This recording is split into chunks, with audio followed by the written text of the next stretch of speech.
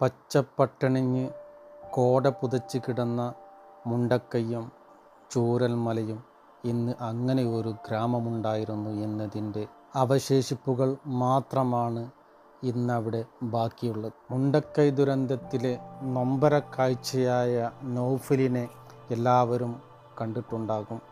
എല്ലാ ടെലിവിഷനിലും കണ്ടതാണ്. പ്രവാസിയായ നൗഫൽ പ്രവാസത്തിൽ നിന്നും ഈ ദുരന്ത വാർത്ത അറിഞ്ഞ ശേഷം നാട്ടിലെത്തിയ നൗഫൽ കണ്ട കാഴ്ചയും നൗഫലിൻ്റെ നൊമ്പരങ്ങളും എല്ലാവരും കണ്ടതാണ്. ആ കുടുംബത്തിലെ 11 പേരും നൗഫലിനെ നഷ്ടമായി.